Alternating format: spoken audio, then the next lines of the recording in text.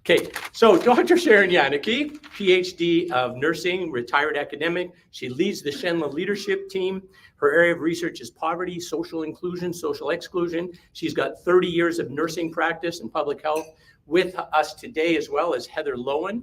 Sharon's going to be going to New Zealand soon, and Heather and I are going to try and make things happen. Normally, all I do is kind of hold Sharon's purse and say, "Go, Sharon, go." But I'll have to maybe do some work this time. And then you recall from a couple of weeks ago, we had Maral Kiani Tari, who is the executive director of Lethbridge Family Center, and she's here as well because we're trying to recruit her. So she's going to go and give this a look as well. Sharon. Thank you.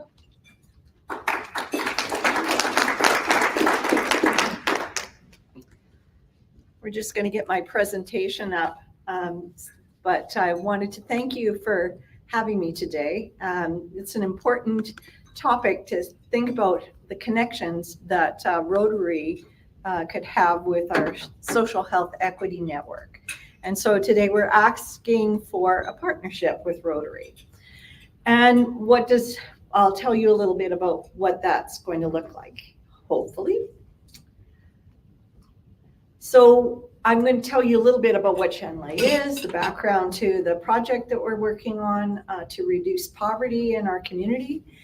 I'm going to talk a little bit about shared goals that we might have in trying to address poverty, why we're doing a community-based focus, and what kind of strategies actually work at a community level, a little bit about collective impact, and then what our partnership might look like with Rotary.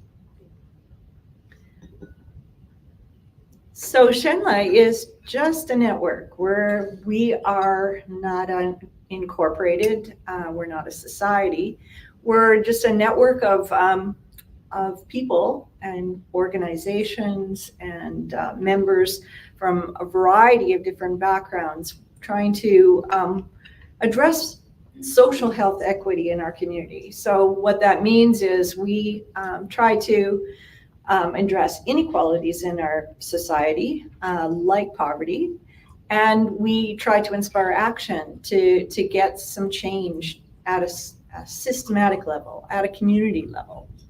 So we're promoting a collective impact approach, and I'll tell you how that would work. But you begin by raising awareness, talks like today, where people start to find out about what you are and what you're trying to do. Identifying things in the future and how you'd like to move towards a more inclusive community. Collaborative action and how to build that in our community.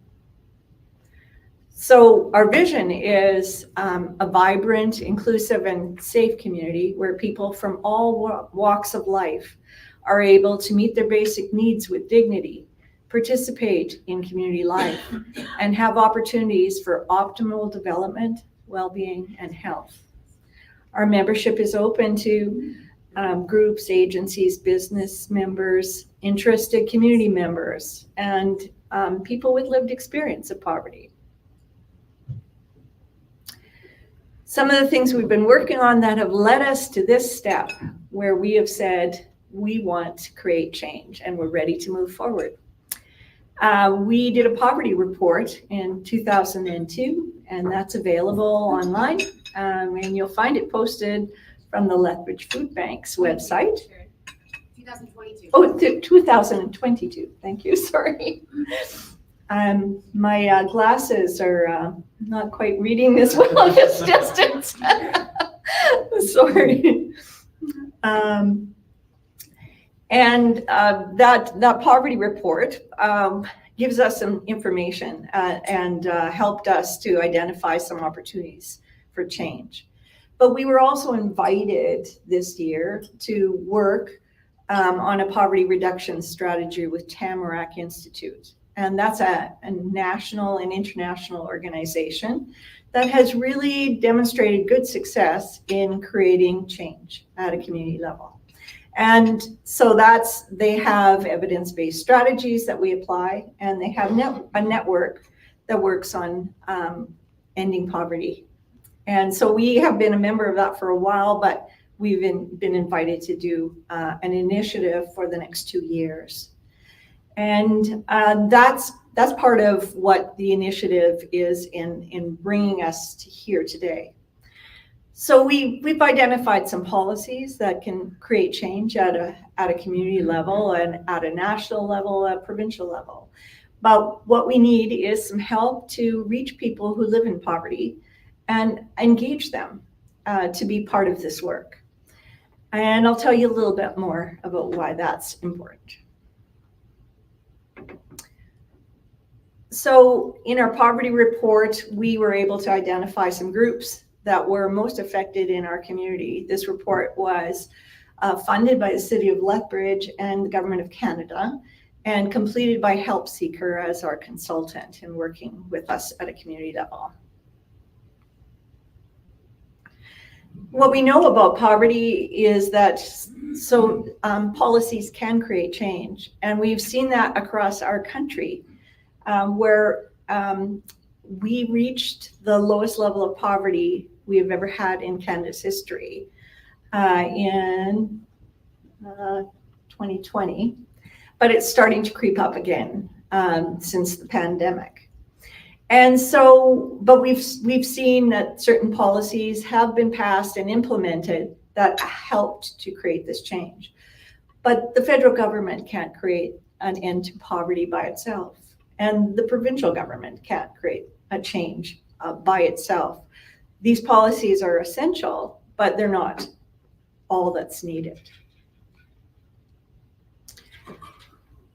So, how many of you knew that in 2015, the City of Lethbridge had the highest rate of child poverty among cities in our province? Did anyone tell you about that? A few people knew.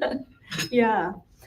And yet we are a city that does not have a plan to reduce poverty.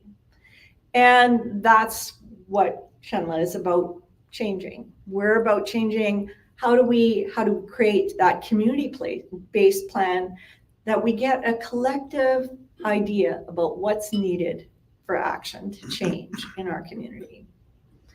And that we build momentum towards that change. But we're not just talking about what's wrong with our community. We're talking about how we all can be involved in creating that change at a community level. So the groups with higher levels of poverty are Indigenous people, our lone parent families, and additionally our immigrant families.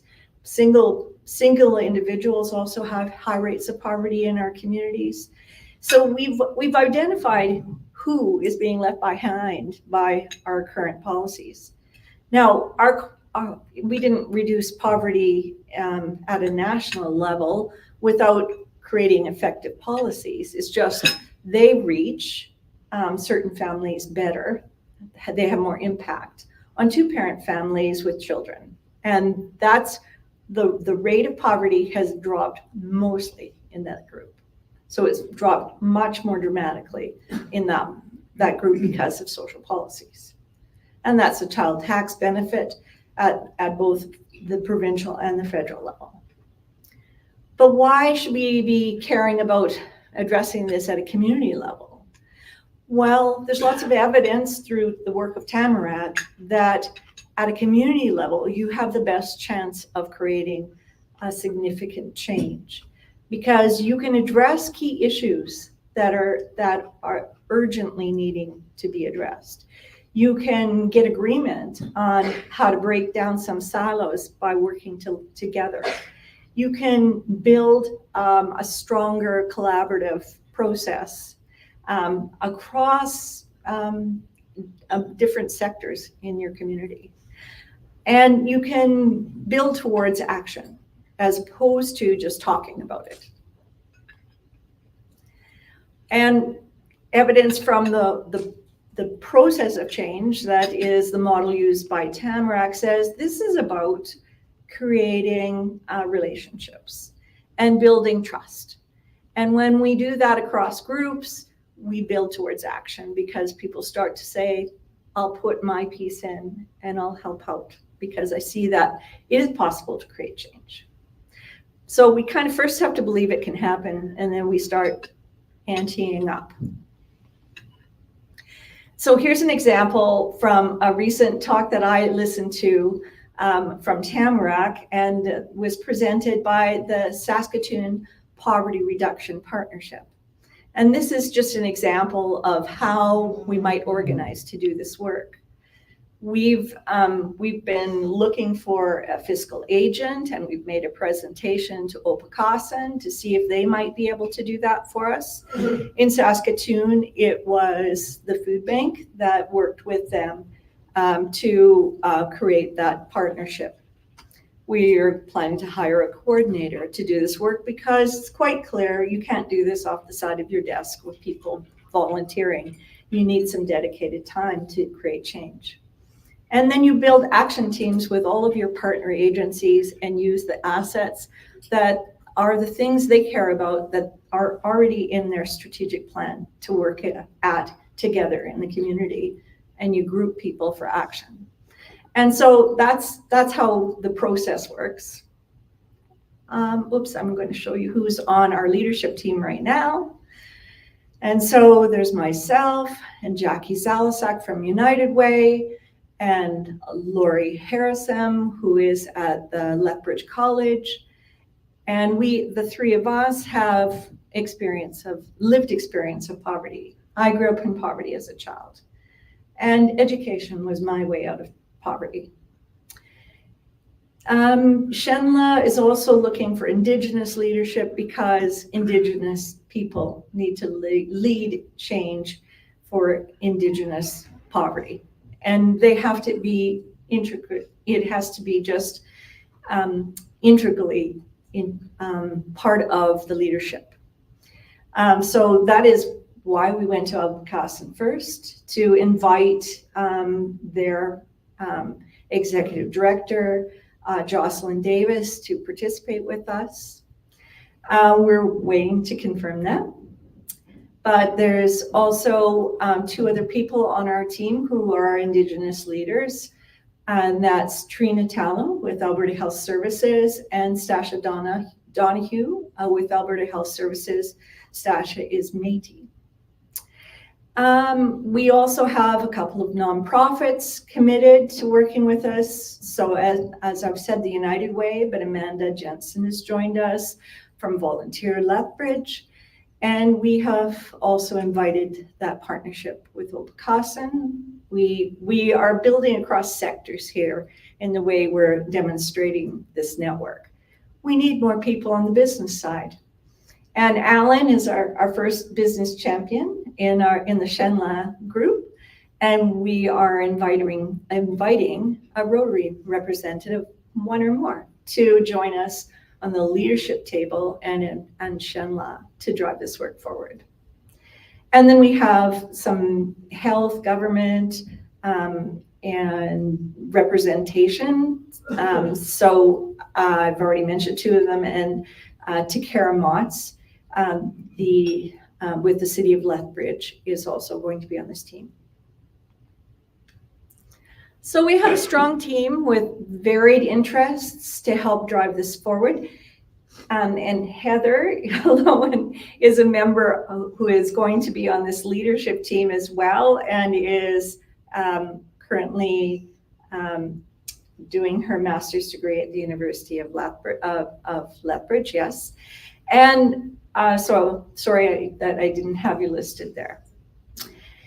So SHENLA's request is for partnership.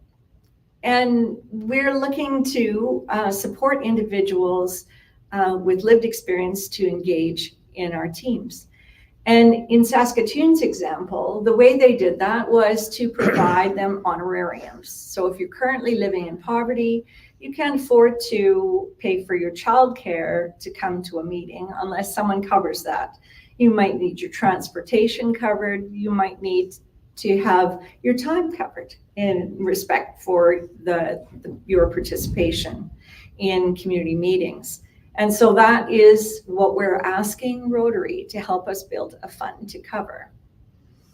And This is also part of the work of empowerment of people in poverty to have a voice in the decisions and to tell their stories. We are also seeking to work with a couple of other groups in this area because people who are newcomers in our community are also facing a fair amount of poverty. And so we've been asking that LIP, the Lethbridge Immigrant Partnership, be a member as well. So I'm going to just leave that. Membership in SHENLA is free. We'd ask that a Rotary member join us in SHENLA and the leadership team. What's the benefits to Rotary and how does it match up with the things that you care about? So we're inviting Rotary to co-create a community-based poverty reduction initiative with us. And the goal is to change outcomes in our community to reduce poverty by 5%. Now that's our initial strategy or goal.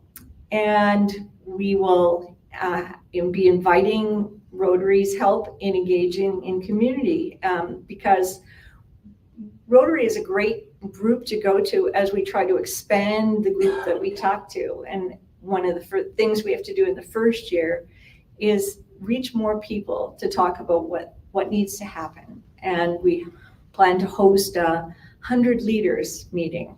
And Rotary can help nominate people that should be there, that could influence change in the community. Okay. I'll open it up to questions. Yes. Sharon. Yeah, we'll open up to questions for Dr. Sharon. And I'd remind you to stand, state your name, and then your question.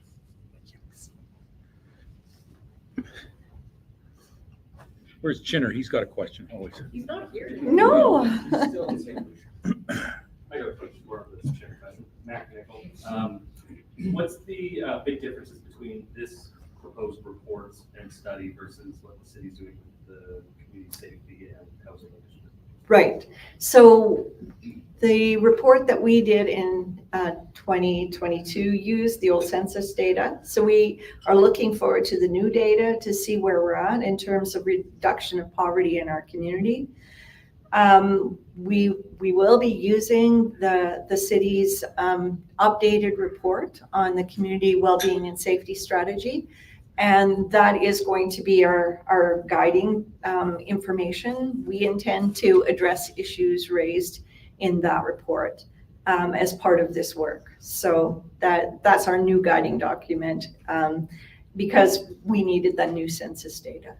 Yeah. And we have worked with the city in defining what information we needed. Jillian has the microphone if anybody has a question.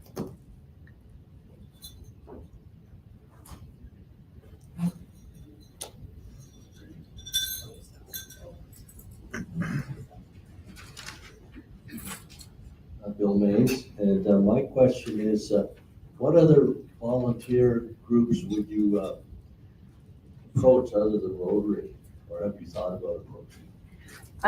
In terms of our membership in SHENLA, we already have a lot of different groups involved in our membership. So we have quite a number of NGOs involved. And so we will certainly be looking to a whole range of our current members to participate in action teams and help to lead action teams. Whether we might work with the United Way to build a fund to address poverty in our communities, because that is another shared goal.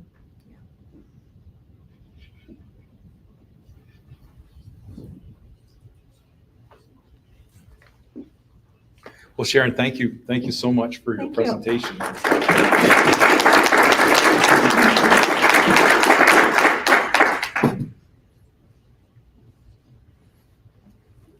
Does SHENLA stand for anything? Is it an acronym? Yeah. Did I miss that? Okay.